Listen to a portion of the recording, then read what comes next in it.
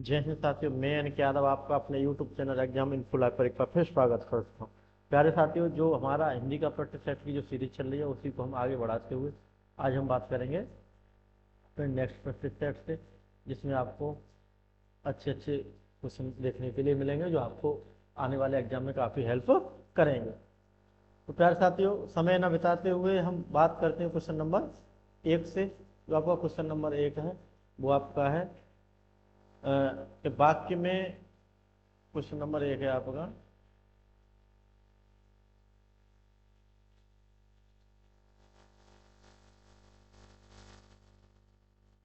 वाक्य में काम करने वाले, वाक्य में काम करने वाले को क्या कहते हैं। देखो, बड़ा ही बेसिक सा क्वेश्चन है। वाक्य में जो आपका काम करता है उसे हम क्या कहते हैं?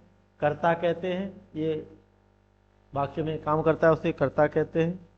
और जिसकी सहायता से कार्य किया जाता है, जिसकी सहायता से कार्य संपन्न होता है उसे हम कर्ण कहते हैं।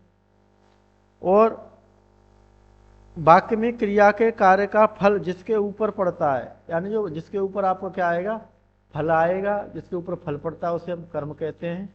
और जो आप क्रिया होती है जिसमें कार्य करने का बोध होता है उसे हम क्या कहते हैं? क्रिया कहते हैं।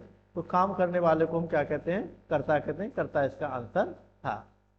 आगे बात करते हैं प्यारे साथियों। क्वेश्चन नंबर 2 है आपका, श्री कृष्ण के सुन वचन अर्जुन क्रोध से जलने लगे, तब शोक अपना भूल कर करतल युगल मलने लगे।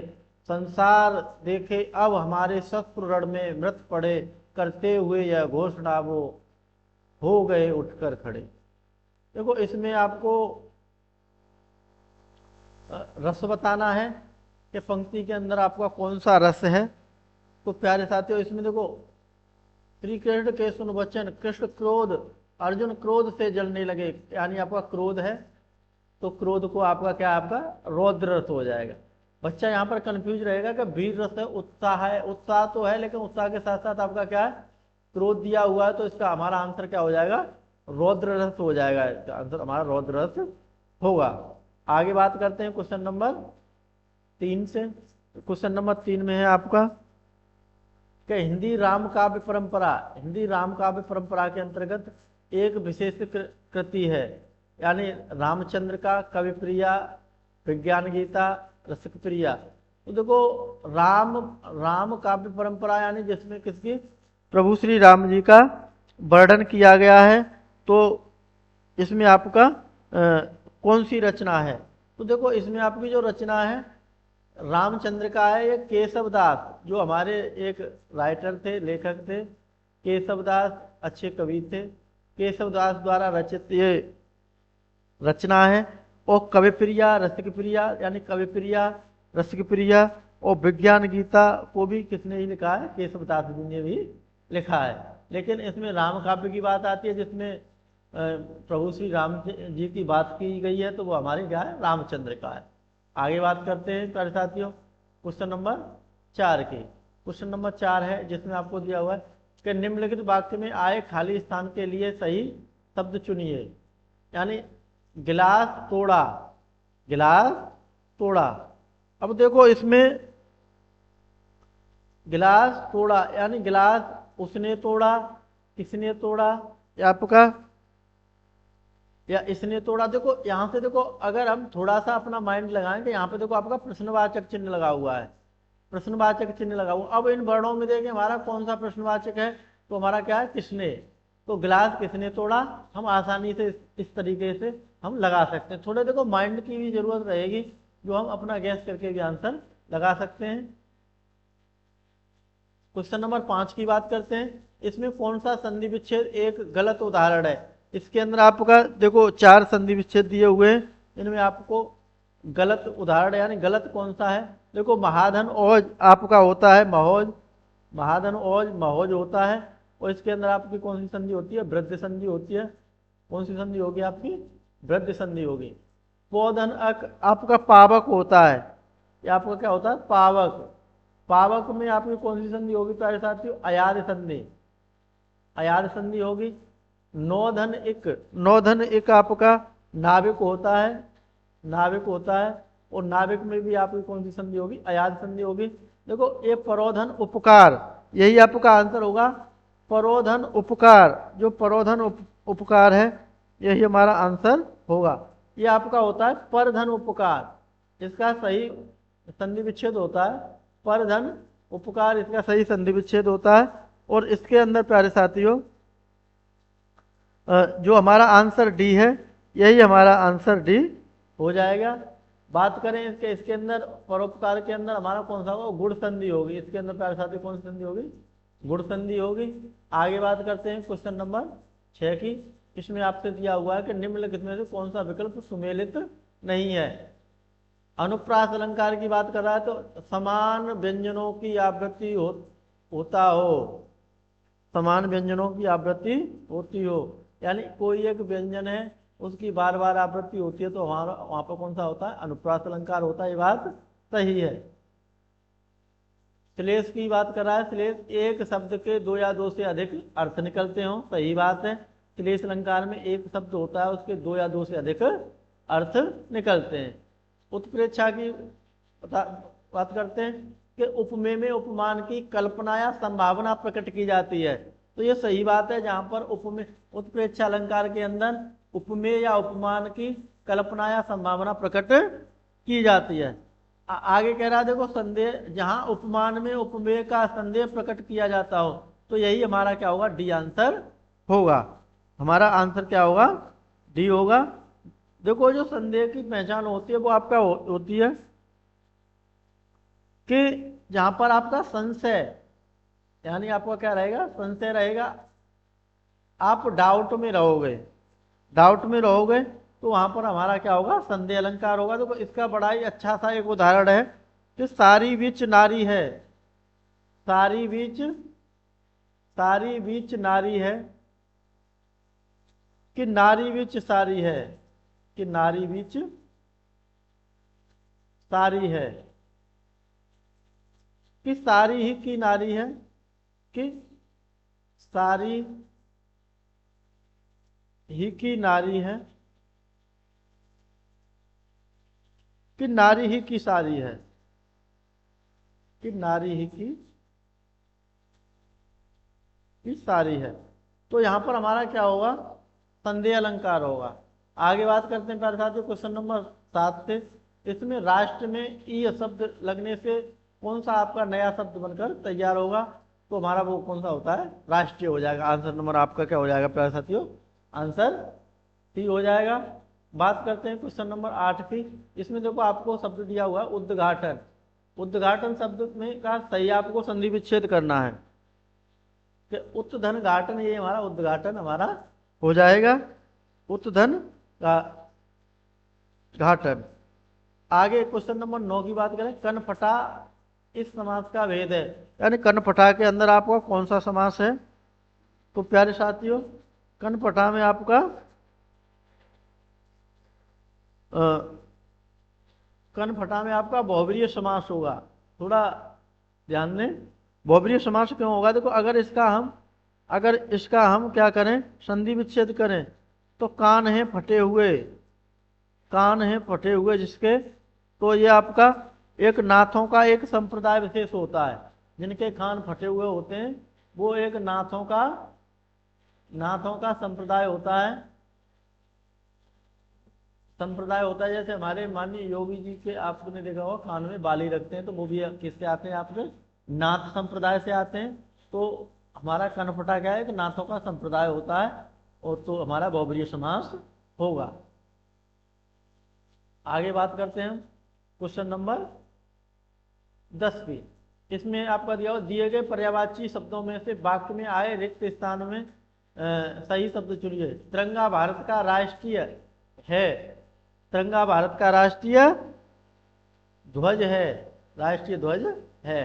क्वेश्चन नंबर 11 की बात करते हैं, उद्यमी कभी भी हाथ पर नहीं बैठते हैं, वे तो कुछ न कुछ करते ही रहते हैं। तो हाथ पर हाथ धर के कहते हैं ना, हाथ पर हाथ धरे नहीं बैठते हैं। आगे क्वेश्चन नंबर 12 की बात करते हैं। इसमें कह रहा है चार विकल्पों में से सही कर्ता और कारक को पहचानिए। रोहन ने हॉकी खेली, इसमें कर्ता कारक की बात कर रहा है। तो कर्ता देखो कर्ता ने, हमेशा जो कर्ता होता है उसके साथ क्या जुड़ा होता है आपका, ने शब्द जुड़ा हुआ होता है। तो रोहन ने, तो आपका क्या हो जाएगा, ने यहां पर क्या होगा, कर्ता कारक हो जाएगा। आगे बात करते हैं प्यारे साथियों कि आपका दिया हुआ है आगे कि आज वर्षा होगी, आज वर्षा होगी, इसके अंदर आपको काल बताना है, कौन सा काल होगा, इसके अंदर आपको कौन सा काल होगा। आज वर्षा होगी, इसके अंदर आपको काल बताना है। तो प्यारे साथियों ये आपका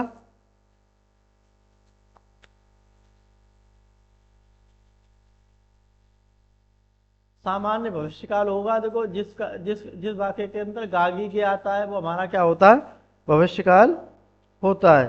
तो हमारा कौन सा होगा, सामान्य भविष्यकाल होगा।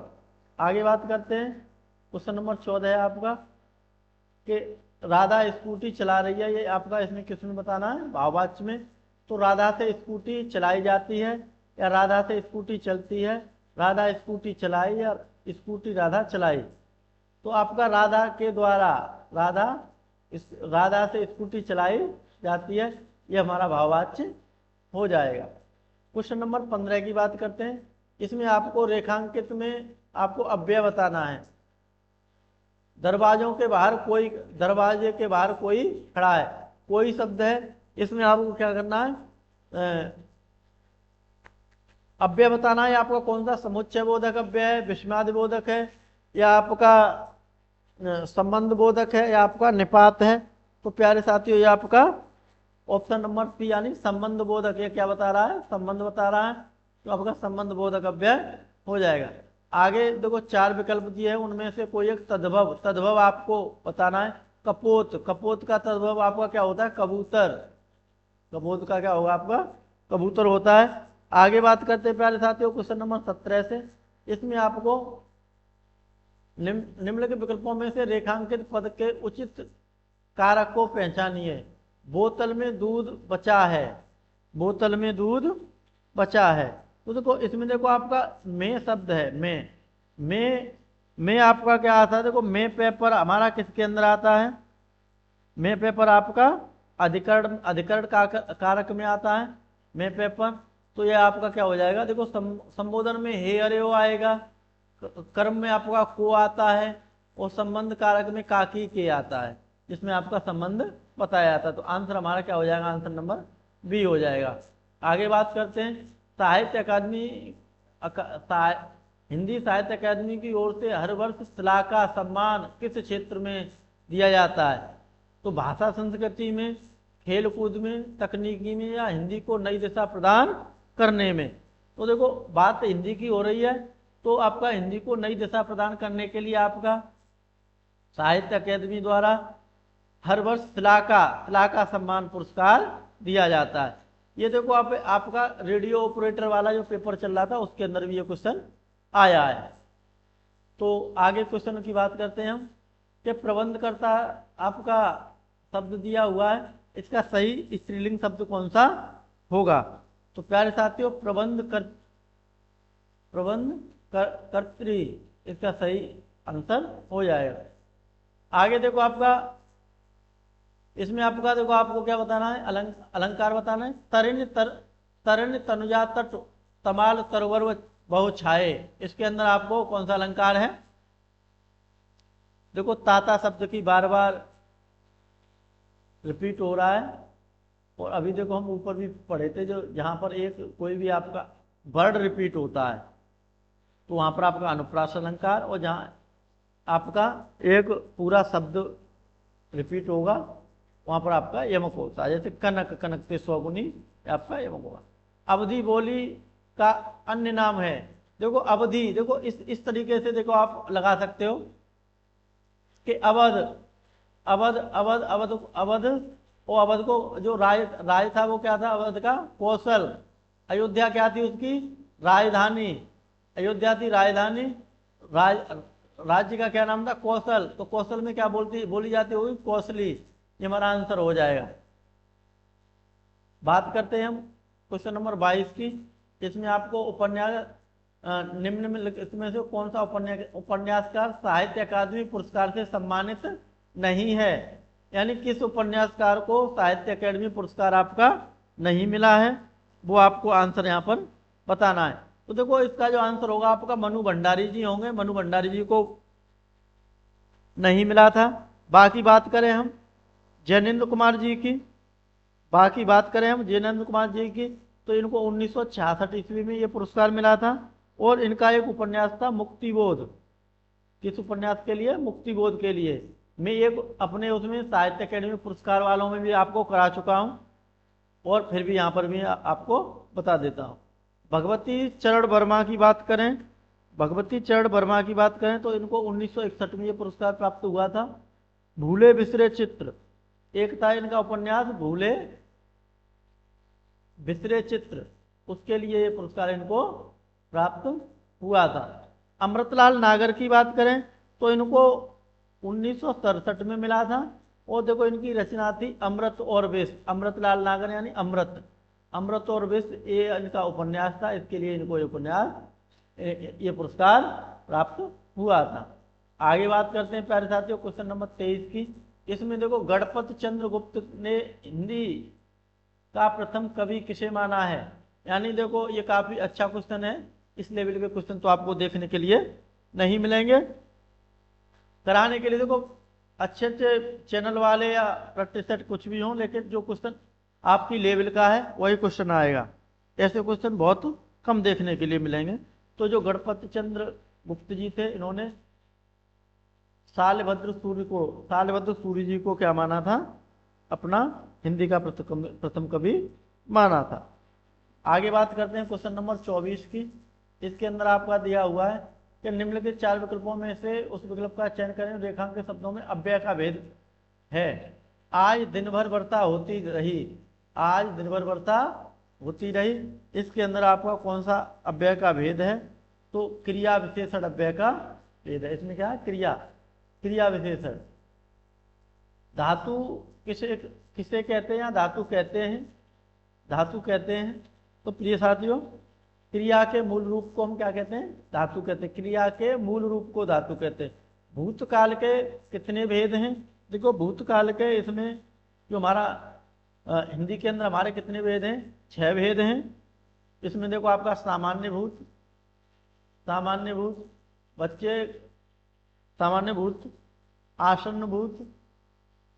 आसन्न भूत, पूर्ण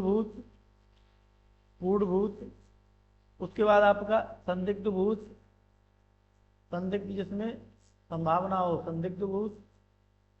उसके बाद आपका अपूर्ण भूत, और आपका हेतु भूत। कुल मिलाकर हमारे कितने भेद होते हैं? 6 भेद होते हैं। देखो इंग्लिश के अंदर आपके 4 भेद होते हैं, तो बच्चा उसमें कंफ्यूज ना रहे, इसलिए मैंने पूरे 6 भेद आपको बता दिए। बात करते हैं हम क्वेश्चन नंबर 27 की। विशेषण किस शब्द की विशेषता को बताता है? तो देखो हम विशेषण में पढ़े थे, इसकी डेफिनेशन ही ये कहती है कि ऐसे शब्द जो सर्वनाम या संज्ञा अथवा सर्वनाम की विशेषता बताते हैं, संज्ञा व सर्वनाम की विशेषता बताते हैं, उनको हम क्या कहते हैं? विशेषण कहते हैं। तो यहाँ पर आपका शब्द क्या दिया हुआ है? संज्ञा। तो यही हमारा आंसर हो जाएगा। आगे बात करते हैं, उसने टेढ़ी चाल चली वाक्य में कौन सा कारक है? उसने टेढ़ी चाल चली। तो देखो इसके अंदर उसने, कर्ता कारक होता है, तो क्या आता है आपका? ने। कर्ता ने कर्म को कर्ण से संप्रदान के लिए, तो आपका कर्ता कारक हो जाएगा। आगे बात करते हैं क्वेश्चन नंबर 29 है। वह दिन भर पढ़ता रहता है में कौन सा भेद है? वो इसमें आपका कौन सा भेद है? तो वह दिन भर पढ़ता रहता है, इसमें क्या है? दिन भर क्या बता रहा है? समय को बता रहा है। कालवाचक यानी समय को बता रहा है। क्वेश्चन नंबर 30 है। इसमें आपको पूछ रहा है कि किसी कार्य को करने या होने का बोध कराने वाले शब्द को हम क्या कहते हैं? क्रिया कहते हैं। क्या कहेंगे? क्रिया कहते हैं। एक पंथ 2 काज लोकोक्ति का अर्थ क्या होगा? एक काम से 4 लाभ होना, एक काम से 2 लाभ होना। तो प्यारे साथियों हमारा क्या हो जाएगा? एक ही काम से 2 लाभ होना, एक पंथ 2 काज हो जाएगा। आगे देखो आपको सामासिक पद को तोड़ना कहलाता है समास विग्रह। देखो सामासिक पद को तोड़ना समास विग्रह और समास विच्छेद नहीं होगा, समास आपका विग्रह कहलाता है। अब बात करते हैं, देखो आपका पैसेज दिया हुआ, पैसेज के क्वेश्चन है, तो एक बार पैसेज को पहले हम पढ़ते हैं। अवध की संस्कृति में सुसज्जित घोड़ा परिवहन का साधन और शासक का शान का प्रतीक है। मुख्य रूप से 3 प्रकार के तांगे और इक्के मिलते हैं, बग्गी, फिटन और टमटम। देखो ये 3 प्रकार के तांगे हैं। बग्गी बंद डिब्बे की होती है, फिटन और टमटम खुले वाहन हैं जिन्हें नवाबों द्वारा यात्रा में वरीयता दी गई थी। किंतु तांगे और इक्के का शाब्दिक अर्थ